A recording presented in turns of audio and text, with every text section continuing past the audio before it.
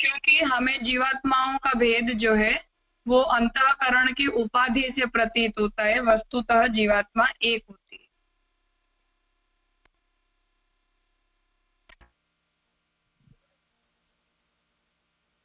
ठीक है राजा।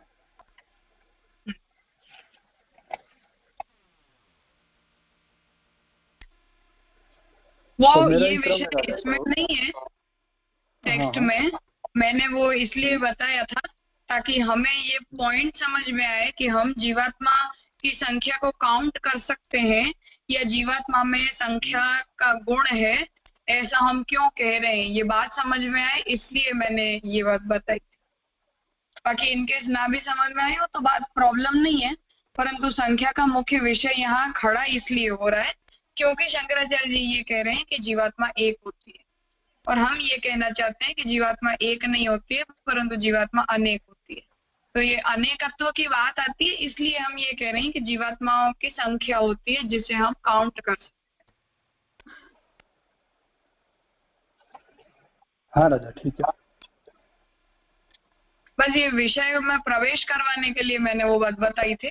ठीक है, इनके समझ में ना आया हो तो इस विषय का विस्तार तत्वादीप निबंध में श्री महाप्रभु जी ने किया है, वहां स्पष्ट हो जाए।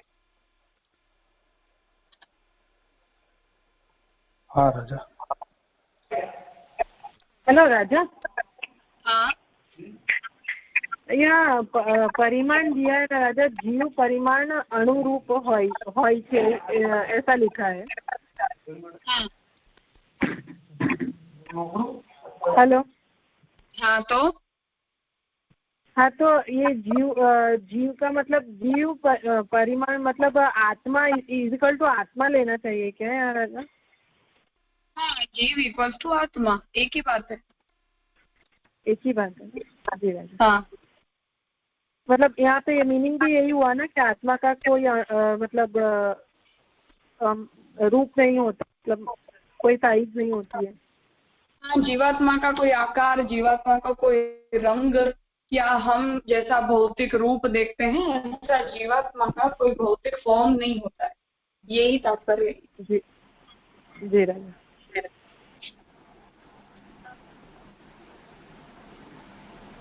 हेलो जैसे। हाँ हाँ भाई, जो महाप्रभु जी ने जब भी आसुर व्यामो लीला की थी तभी एक पुंज दिखाई दिया था जो किसी वेस्टर्न फिलोसोफर ने देखा था, उसने अपनी बुक में लिखा था।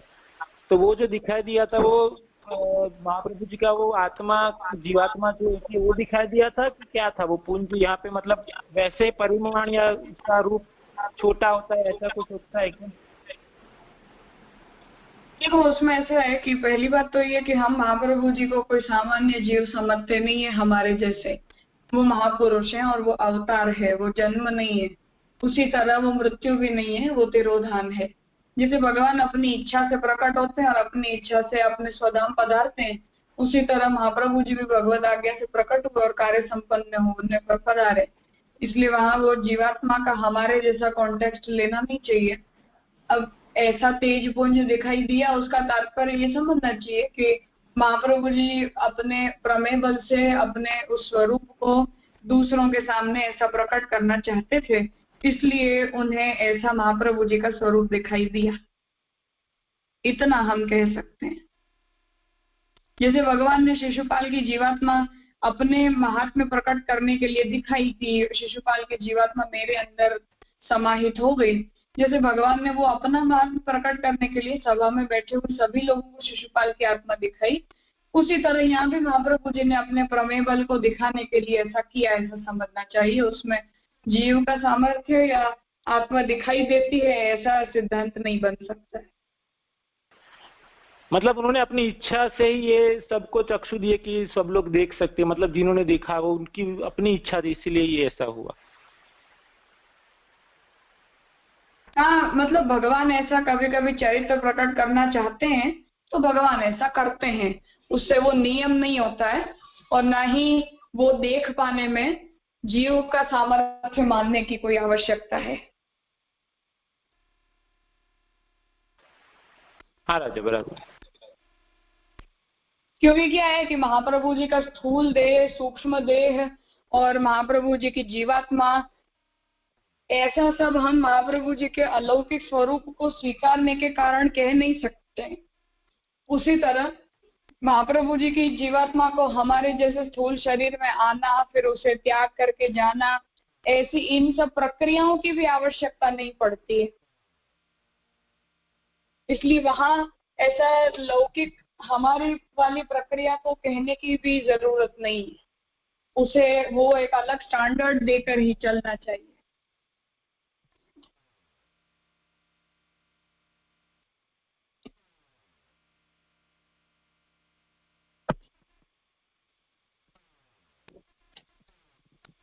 और कुछ?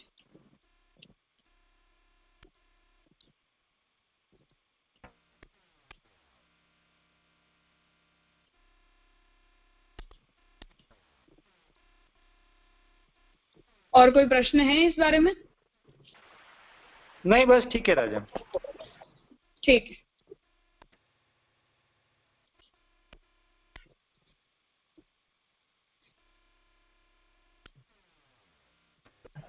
राजा मेरा टर्न है, करूँ आगे? हाँ करो। पृथकत्व से हाँ, जीवों गुणो, उसमें तीसरा पृथकत्व। राजा आवाज रिपीट आ रही है। मैं म्यूट कर दूंगी ना तो नहीं होगा, ऐसा मुझे कहना था। पृथकत्व नहीं है, इसे पृथकत्व ऐसा बोला जाता है। हाँ, पृथकत्व। ओके। रमेशनो जीव आ देशમાં વિદ્યમાન તેના શરીરમાં છે, પણ પરદેશમાં વિદ્યમાન દિનેશના દેહમાં તે વિદ્યમાન નથી. આ પ્રકારે એક જીવનું બીજા જીવથી જુદાપણું બતાવી શકાતું હોવાથી દરેક જીવોમાં પૃથકત્વ નામનો ગુણ પણ હોય છે. मतलब यहाँ पे ऐसा कह रहे हैं कि रमेश का जीव इस देश में इस शरीर में है और दिनेश का जो जीव है वो उसके देह में है। मतलब दोनों में डिफरेंस दिखा रहे हैं यहाँ पे। डिफरेंस एक जीवનું બીજા જીવથી जुदापणું बतावी શકાતું હોવાથી, मतलब ऐसे हम डिफरेंस दिखा सकते हैं, इसीलिए उसमें पृथकत्व नाम का गुण है। एक एक ही करूँ ना राजा? अर्थात दो जीवों में हम भेद बता सकते हैं। महाप्रभु जी ने ये तर्क का उपयोग शंकराचार्य जी जो बात कह रहे हैं उसके खंडन में किया है कि अगर आप ऐसा मानते हो कि जीव एक होता है तो मुझे जो सुख लगता है वो सभी को सुख रूप लगना चाहिए, और दुनिया में किसी भी एक जीव के दुखी होने पर सभी जीव दुखी होने चाहिए, परंतु ऐसा होता नहीं है। इसलिए सभी जीव भिन्न भिन्न हैं, वो एक नहीं है, ऐसा श्री महाप्रभु जी ने समझाया है। उसे यहाँ पृथकत्व कहा जा रहा है। अर्थात मेरा जीव आपकी जीवात्मा से भिन्न है और आपकी जीवात्मा किसी तीसरे व्यक्ति की जीवात्मा से भिन्न है। एक दूसरे से भिन्न होने की क्वालिटी वो पृथकत्व है।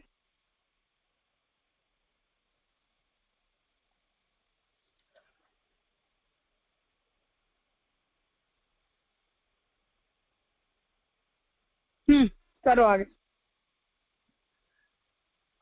દૈશિક પરત્વ અપરત્વ. ફરીથી રમેશનો જીવ રમેશના શરીરમાં અહીંયા છે, પરંતુ ત્યાં દિનેશના શરીરમાં તે નથી. આમ જીવમાં પર અપર ભાવ પણ દેખાડી શકાતો હોવાથી જીવમાં દૈશિક પરત્વ અપરત્વનો ગુણ પણ હોય છે. मतलब दोनों जीव में जो है वो दोनों शरीर में जीव अलग अलग है। मतलब ये शायद वही बात है जो पहले ये चैप्टर जीव विवेक जहाँ स्टार्ट हुआ था वहाँ शरीर एक देशवर्ती करके एक शब्द आया था, तो शायद ये वही चीज है कि रमेश के मतलब रमेश की जो चेतना है वो चेतना की फीलिंग रमेश के शरीर तक सीमित होगी, वो दिनेश का शरीर उसे फील नहीं कर पाएगा। वैसे ही दिनेश की जो आत्मा है वो दिनेश तक सीमित रहेगी, रमेश का शरीर उसे फील नहीं कर पाएगा। हाँ, दैशिक परत्व अपरत्व का अर्थ है कि आपकी जीवात्मा आपके शरीर में रहती है और मेरी जीवात्मा मेरे शरीर में रहती है, तो ये दैशिक परत्व है। देश अर्थात स्थान जो है वो भी जीवात्मा के भिन्न भिन्न होते हैं।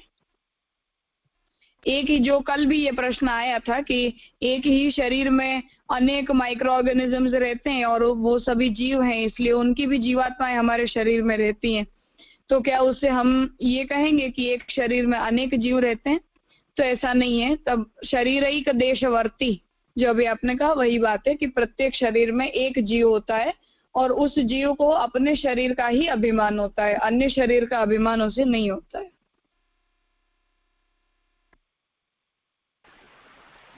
जैसे पृथकत्व से कैसे डिफरेंस समझना चाहिए अपरत्व अपरत्व का? पृथकत्व में ये कहा जा रहा है कि एक जीव दूसरे जीव से भिन्न होता है, और दैशिक परत्व अपरत्व में ये कहा जा रहा है कि प्रत्येक जीव का देश भी भिन्न होता है। अर्थात एक ही शरीर में कभी दो जीवात्मा नहीं रह सकती।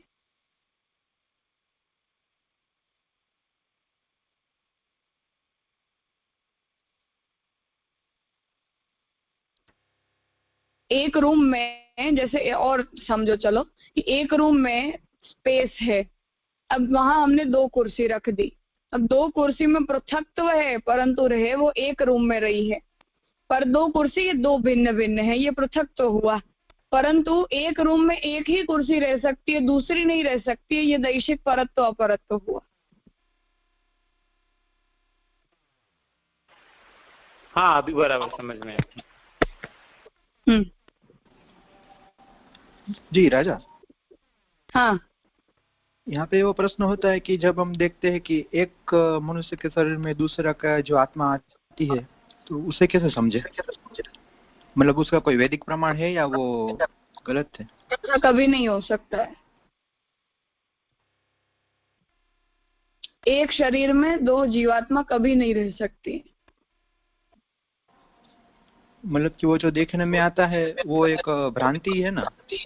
हाँ, भ्रांति, हमारे मन की कल्पना है, कुछ भी कहो उसे, परंतु एक शरीर में दो जीव नहीं रहते। जी राजा।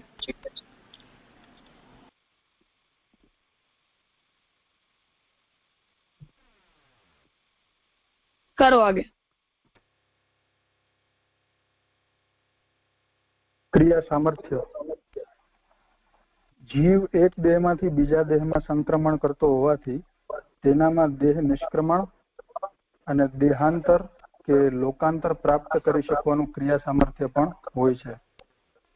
मतलब जीव में ऐसा सामर्थ्य है कि वो एक देह से दूसरे देह में वो जा सकते हैं। मतलब देखते हैं हम कि एक के बाद कोई भी मनुष्य के बाद कोई भी पशु का जन्म मिलता है या वृक्ष के रूप में आते हैं या कोई भी, और देहांतर, हाँ देहांतर होता है, लोकांतर मतलब किसी और लोक में भी जा सकती है हमारी जीवात्मा।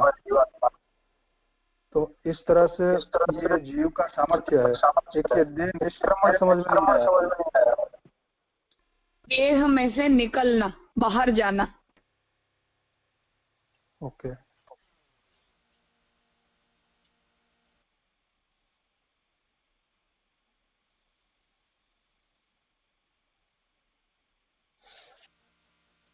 इसका अर्थ यहाँ ये है कि जीवात्मा में, हाँ बोल स्नेहा। राजा, मैं ये पूछना चाहती थी कि ये जब जीव चला जाता है, जब दूसरे देह में प्रवेश करता है, तो एट ए टाइम प्रेजेंट मतलब देह में हो जाता है, को थोड़ी प्रोसेस लगती है? एक मिनट बताती हूँ। देखो, क्रिया सामर्थ्य का अर्थ ये है कि यहाँ मुख्य बात ये है कि जीवात्मा निष्क्रिय नहीं है, अर्थात पैसिव नहीं है, इनएक्टिव नहीं है। जीवात्मा में क्रिया सामर्थ्य है। क्या क्रिया सामर्थ्य है? कि एक शरीर को छोड़कर वो दूसरे शरीर में चली जाती है। तो देह निष्क्रमण अर्थात देह में से निकलना, और देहांतर अर्थात एक शरीर से दूसरे शरीर में जाना अथवा एक लोक से दूसरे लोक में जाना, ये क्रिया सामर्थ्य जीवात्मा के अंदर होता है।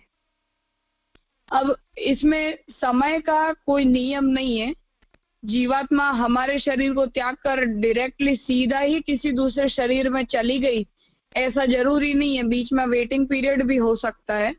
उसी तरह अन्य लोकों में जाकर वापस पृथ्वी पर आ जाए, ऐसा भी हो सकता है। जैसे हम स्वर्ग का फल कोई अपने पुण्यों से प्राप्त करें, तो स्वर्ग में जाने के बाद जब वो पुण्य का क्रेडिट खत्म हो जाता है तब वापस पृथ्वी में नया शरीर मिल जाता है। उसी तरह हमने अगर कोई पाप किए हो तो, या बहुत पाप किया तो नरक में जाते हैं, न किया हो तो पशु पक्षी की योनि मिलती है। तो ऐसा सब चलता रहता है। उसमें ऐसा नहीं है कि अभी निकल कर तुरंत ही उसे नया देह प्राप्त हो जाएगा। बीच में वेटिंग पीरियड भी हो सकता है जब जीवात्मा अपने सूक्ष्म शरीर के साथ यहाँ लोक में कहीं स्थित रहती है, जिसे प्रेत कहा जाता है। वो भूत प्रेत का अर्थ हमने अपनी ये मूवीज के कारण कुछ और समझ लिया, पर प्रेत का अर्थ है कि जो भूतकाल में हो चुका है। वो प्रेत एक योनि है एक प्रकार की, और भूत शब्द का अर्थ है पास्ट। तो वो जीवात्मा की ऐसी स्थिति हो सकती है, वो प्रेत बन के रह सकती है, परंतु वो किसी को परेशान करे या जैसा हम टीवी में देखते हैं ऐसा कुछ भी नहीं होता है।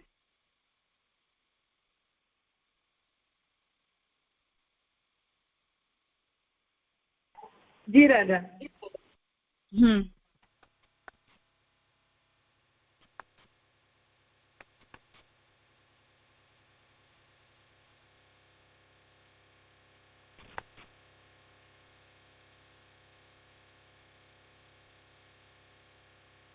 करो आगे।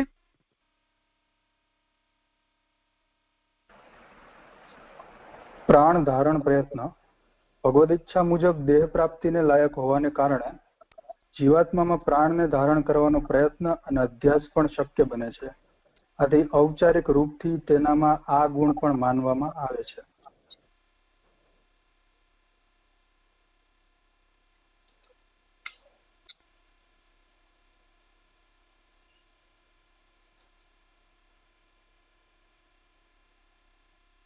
इसका अर्थ ये है कि जीवात्मा को शरीर की प्राप्ति जो है वो भगवद इच्छा से होती है, और कब कौन सा शरीर उसे मिलेगा वो उसके सदसद कर्मों के ऊपर डिपेंड करता है।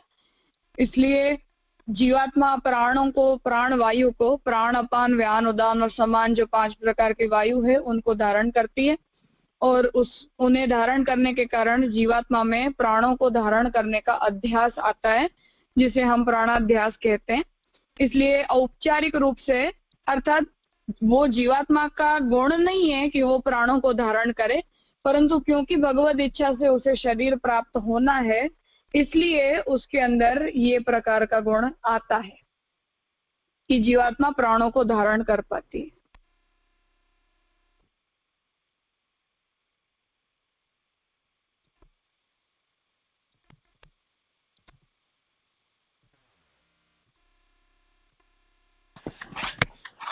રાજા તો ભૂત પ્રેત જેવી કોઈ યોની હોતી નથી એવું તમે કહો છો? પ્રેત યોની હોય છે પણ એનું જેવું સ્વરૂપ આપણે સમજીએ છીએ એવું નથી હોતું। ઓકે, અચ્છા। કોઈને હેરાન કરે ને સફેદ કપડામાં દેખાય ને એવું બધું નથી હોતું। ઓકે।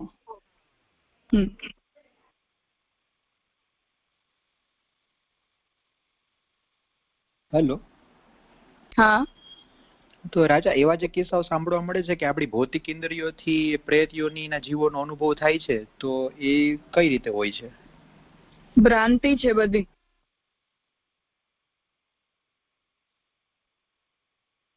જી રાજા। તો આવા જે સાયન્ટિફિક એવા ઘણા રિસર્ચ થયા છે કે તેને અમુક પ્રકારના કેમેરાઓમાં જોવામાં આવ્યા છે, તો એ પણ શું ભ્રાંતિ હશે? હા, બધી જ ભ્રાંતિ છે। જી રાજા। એ યોની ઇન્દ્રિયાતીત છે, એને જોઈ નથી શકાતી, ને એ જ રીતે એ કોઈને હેરાન કરે ને કોઈને દેખાય એવું બધું પણ પોસિબલ નથી। કૃષ્ણદાસ અધિકારીના પ્રસંગમાં આવે છે કે એમને પ્રેત યોની થઈ ને પછી ગોસાઈજીએ જ્યારે એમનું શ્રાદ્ધ કર્યું ત્યારે એમની મુક્તિ થઈ। એ પ્રેત યોનીનું નિરૂપણ ત્યાં આવે છે વાર્તામાં।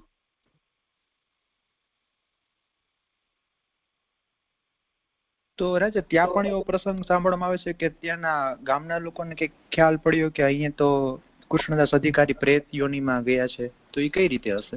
મતલબ કઈ રીતે અનુભવ થયો હશે?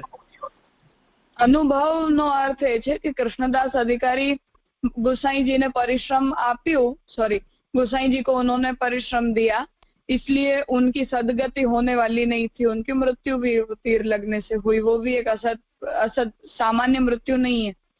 और ये लोगों को जो वो प्रतीति हुई उसका अर्थ ये है कि ये सिद्धांत स्थापित करना चाहते थे कि गुरु का अपराध नहीं होना चाहिए। गोसाई जी को जो उन्होंने परिश्रम दिया उसके परिणामवश उन्हें ये गति मिली, ऐसा सिद्धांत स्थापित करना प्रभु चाहते थे, महाप्रभु जी चाहते थे। इसलिए उनका ऐसा प्रत्यक्ष सभी लोगों को हुआ, अन्यथा पॉसिबल नहीं। पेड़ पर बैठे रहते थे प्रेत बनकर, ऐसा निरूपण वार्ता में आता है। फिर गोसाई जी ने श्राद्ध किया, तब मुक्ति हुई उनकी। जी राजा। जी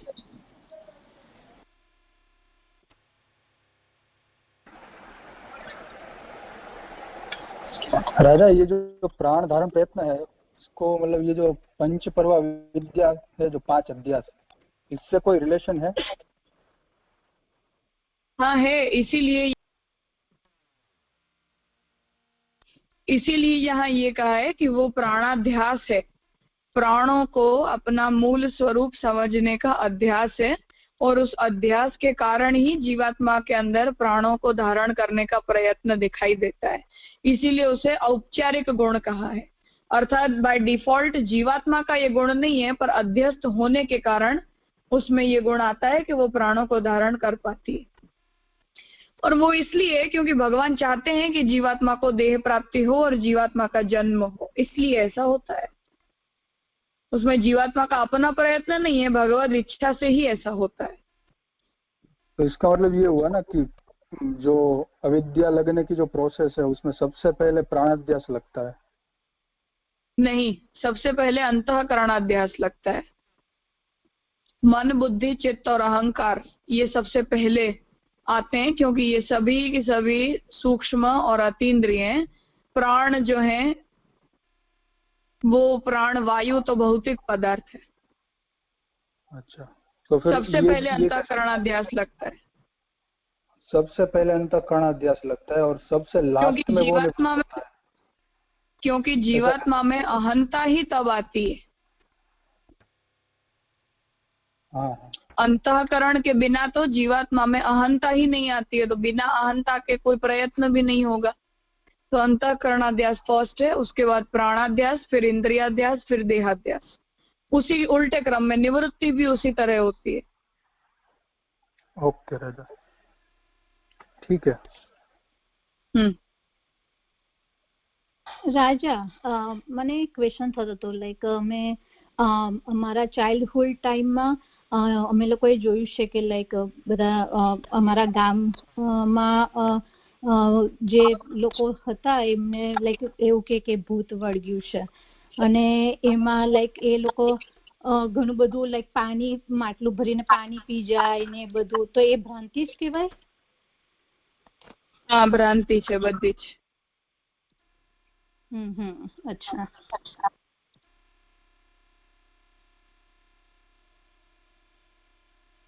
વાત એમાં એ છે કે યોની એવી છે કે જેની અંદર આપણે એને પોતાની ઇન્દ્રિયો દ્વારા જોઈ, સાંભળી, સમજી ન શકીએ। એ જ રીતે એમને એ યોનિમાં જે પ્રકારની ઇન્દ્રિયો પ્રાપ્ત છે એની સૂક્ષ્મ અવસ્થા હોય છે। કોઈ પણ પ્રકારની સ્થૂલ ઇન્દ્રિયો એમને અવેલેબલ હોતી જ નથી। તો વિધાઉટ સ્થૂલ ઇન્દ્રિય કોઈ કેવી રીતે દેખાઈ શકે, કે કેવી રીતે પાણી પી શકે, કે સાંભળી શકે, કે બોલી શકે? सूक्ष्म इंद्रिय આપણે सूक्ष्म શરીરનું પાર્ટ છે, જેની અંદર ક્રિયારતતા તો હોતી જ નથી, એ તો સ્થૂળ શરીર મળે ત્યારે આવે। રાજા, અહીં ધંધુકારીનો જે પ્રસંગ છે એ કઈ રીતે લેવાનો? આ પૌરાણિક જેટલા પણ પ્રસંગો છે એ બધા સ્પેશિયલ કેસ છે, કેમ કે યા તો ત્યાં ભગવાન કોઈ પ્રકારની લીલા પ્રકટ કરવા ઈચ્છે છે, યા તો કોઈ પ્રકારનું એક્ઝામ્પલ સેટ કરવા માંગે છે। સિદ્ધાંત સ્થાપનના હેતુથી આ બધું થયું છે, આ સામાન્ય જીવોની સાથે બનતી પ્રક્રિયા નથી। જી રાજા। ક્યારેક ભગવાન પોતાના નામનું મહાત્મ્ય પ્રકટ કરવા માંગે એટલે આવું કરે, જેમ અજામિલના પ્રસંગમાં થયું। હવે પાપી હતો અજામિલ, પણ એ જ્યારે યમદૂતો અને વિષ્ણુદૂતો એને લેવા આવ્યા ત્યારે એના સૂક્ષ્મ શરીરે એ બંનેનો વાર્તાલાપ સાંભળ્યું, અને એ સૂક્ષ્મ શરીરે સાંભળ્યું જીવાત્માએ એની, ત્યારે એને એવું થયું કે આટલું કરવા માત્રથી જો ભગવાનના દૂતો મને લેવા માટે આવતા હોય તો હું આજીવન ભગવત નામ લઉં તો મારી કેવી ગતિ થાય, એવું એની સદબુદ્ધિ થઈ ને પછી એની જીવાત્માએ ફરીથી સ્થૂળ દેહમાં પ્રવેશ કર્યો અને પછી એણે ભક્ત તરીકે પોતાનું સારું જીવન જીવ્યું. તો ભગવાને પોતાના નામનું મહાત્મ્ય પ્રકટ કરવા માટે આવું કર્યું છે. દરેક જીવને આવો સેકન્ડ ચાન્સ મળતો નથી.